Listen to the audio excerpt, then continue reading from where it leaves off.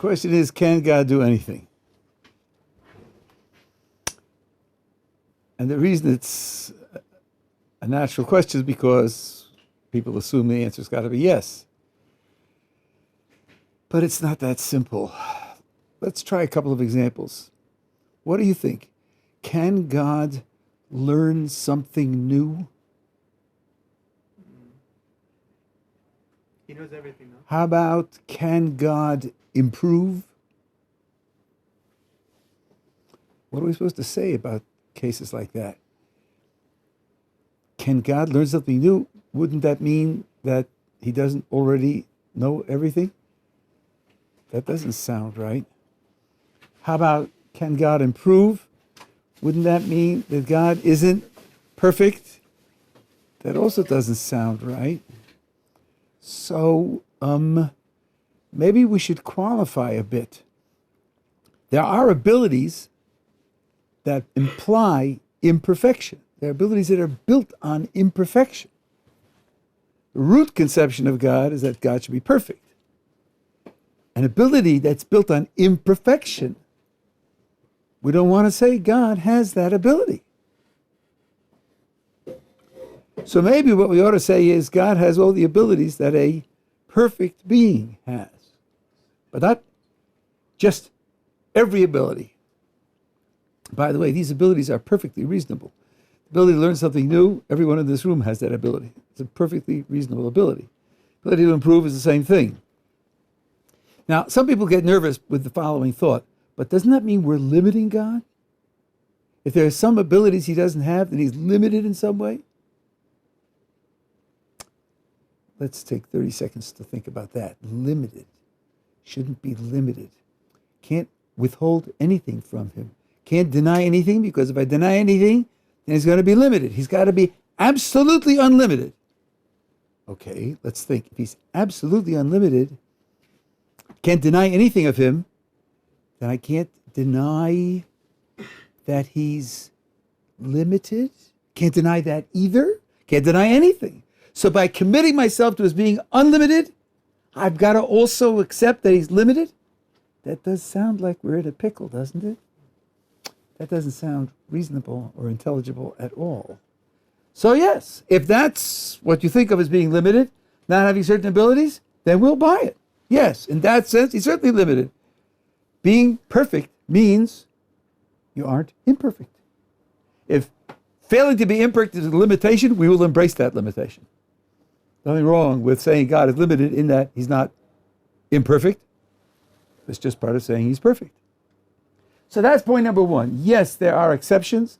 There are things that we don't want to say God can do because that would imply imperfection, and we are not going to tolerate the idea that God is imperfect. Now there's another category, a different category, where in asking whether God can do X, we put in for the X words that are self-contradictory. For example, God has challenged me to a game of chess. Now, since he's a much better player than I am, he's given me a handicap. He's playing with only his king. I have all my pieces, and he only has his king. Can he checkmate me with only his king? I know that would be hard for you. We're talking about God. Can God checkmate me using only his king?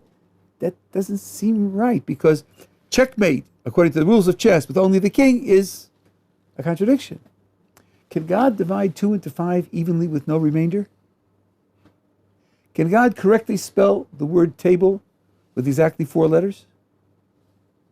Here you have descriptions that are clearly, openly, obviously self-contradictory.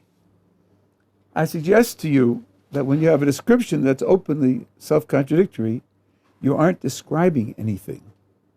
The words aren't meaningful. The words don't convey an idea. To ask, can God X, and then for the X put in a contradiction, is to fail to ask any question at all. Suppose someone said, can God blah? And you say, blah? What's that? He says, blah, it's a sound. Can he or can't he? You're pious, aren't you? You have to say yes. I think the response should be, I don't understand you. I don't know what you're talking about. You used a sound blah. It's not a word in my vocabulary, so I don't know what to respond because you haven't asked the question. In our literature, in the Kuzari, Maimonides, and the Malbim, and many who have discussed this, one standard example is square circle. Can God make a square circle? Their response is, we are not going to assert that God can make a square circle. They say that unanimously. I'm supplying a modern explanation. Would they have agreed to the explanation? I'm not sure. But we can make it understandable to ourselves in a very simple manner.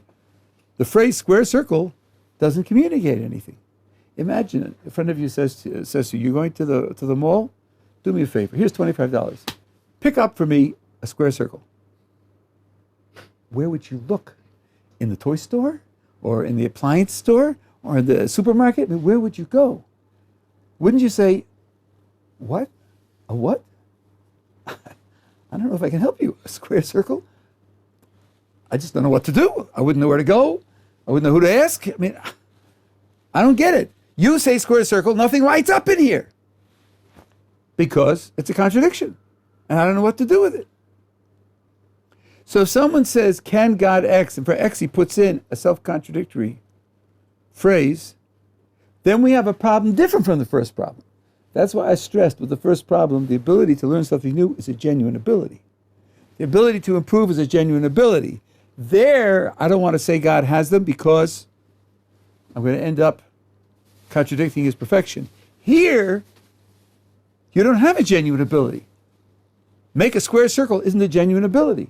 Checkmate with just the king isn't a genuine ability. Divide 2 into 5 evenly without remainder isn't a genuine ability. Here I don't want to say that God has the ability because there's no ability to be talked about. And here it's very important to notice, I don't want to say that he has the ability, and I don't want to say that he lacks the ability either. Because to say he has it or lacks it supposes that there's an it that you're talking about, an it that it's reasonable to ask about. And that's not the case here. I don't want to say he can make a square circle, and I don't want to say that he can make a square circle. I want to reject the proposition altogether as not meaningful. And this is the way in which you can solve that famous conundrum, usually thought up by someone who's a sophomore or junior in college after the third beer at 1 a.m. Can God make a stone too heavy for him to lift? Can God do that? Now let's see. What are your options?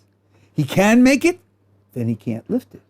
He can't make it, then there's something he can't do. Either way, there's something he can't do, so you're stuck. You think God is omnipotent, can do anything, he certainly can't. Order the cheeseburgers, we now know the Torah is not true, and we can, enjoy ourselves.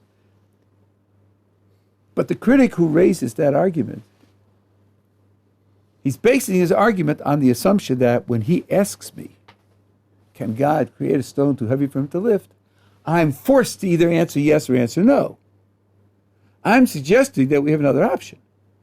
The third option is to say to him, stone too heavy for God to lift? That's a contradiction. And since it's a contradiction, you haven't asked me a question. You haven't succeeded in making sense. So answering yes and answering no are equally incompetent. Yes or no answers are answers to questions. They're not answers to babble. Now, of course, I have to show you, stone too heavy for God to lift is a contradiction. So here we go. Stone too heavy for God to lift means stone so heavy that God, who's all-powerful, can't lift it. Which means stone so heavy that God, who can lift anything, can't lift it. Which means stone so heavy that God can lift it and can't lift it. And that's a contradiction. He can lift it and he can't lift it is an open, obvious contradiction. So stone too heavy for God to lift is going to be a contradiction. I'm going to reject the question just as I do with square circle or checkmate with the king or all the rest of them as not meaningful. And therefore, the critic does not have a way to press his point. Are we good so far? All right, there's a trick here. There's a way to object to what I'm saying, and I'll mention it and I'll show you how to respond because I'm sure some of you, when you have a little leisure to think these things over, it'll occur to you. The critic is going to say, Rabbi Gottlieb, I thought you were a logician. You know what begging the question is? Sort of when trying to prove something, sneaking in what you're trying to prove at the top and then using it to prove itself at the bottom, which then is a fallacy, that doesn't work. Isn't that what you're doing here? What are we discussing? We're discussing God's omnipotence. Whether he can do anything, everything, or cannot do everything, that's what we're discussing. Now I asked you, can God make a stone too heavy for him to lift? You answered, but that's a contradiction. And then when you showed us it's a contradiction, how did you do it? Well, you said, stone too heavy for God to lift means stone so heavy that God, who is all-powerful, foul! What do you mean he's all-powerful? Aren't you assuming what we're discussing? You're sneaking in at the top the assumption that he's all-powerful in order to justify your belief that he's all-powerful. That's called begging the question. You're assuming what you're supposed to be proving. That will be the objection. Is the objection clear? Yeah, that's a good objection. But it's a mistake because the critic here has misunderstood the dialogue. He's misunderstood the dialectic that's going on between us. The critic's position is this. The critic says to me, Gottlieb, you believe in God, and you believe in God, that God is all-powerful. I say, yes, with qualifications as I described, but yes, he's all-powerful. The critic says, watch, I'm going to trap you. I'm going to force you into a contradiction. You, with your belief in his being all-powerful, I'm going to force you into a contradiction. So I say, so that's the game. The game is I get to start with my belief that he's all-powerful, and you're going to trap me into a contradiction. Good? Let's start round one. I'm ready to go. But you see, since his claim is to trap me into a contradiction with my belief, I get to use my belief in defending myself. His claim is that I'm stuck, that my belief itself fails because it implies a contradiction. Okay? That's a good critique. If you can show somebody that that's the position he's in bad shape. I'm willing to hear it. Now he asks me, can God make a stone too heavy for him to lift? And I say, all right, you allowed me to use my belief in defending myself. Okay, I'm going to start with my belief that God is all-powerful and watch. I'll show you that I don't end up contradicting myself. I end up perfectly consistent. And then I go through the logic that I gave you. Stone too heavy for God to lift means stone so heavy that God, who's all-powerful, and I'm allowed to use that. Can't lift, which means stone so heavy he can and cannot lift it, which is a contradiction, which means you haven't succeeded in raising a question, which means I don't have to answer yes or no, which means the answer falls. The argument falls flat. Okay? Is that an introduction to the idea of God being all-powerful? You all set? Okay. My policy is, you can think about this for 24 hours or 23 hours. Come back tomorrow if you have further questions about it. By the way, this is actually written up. It's on my website. So you can read it in detail.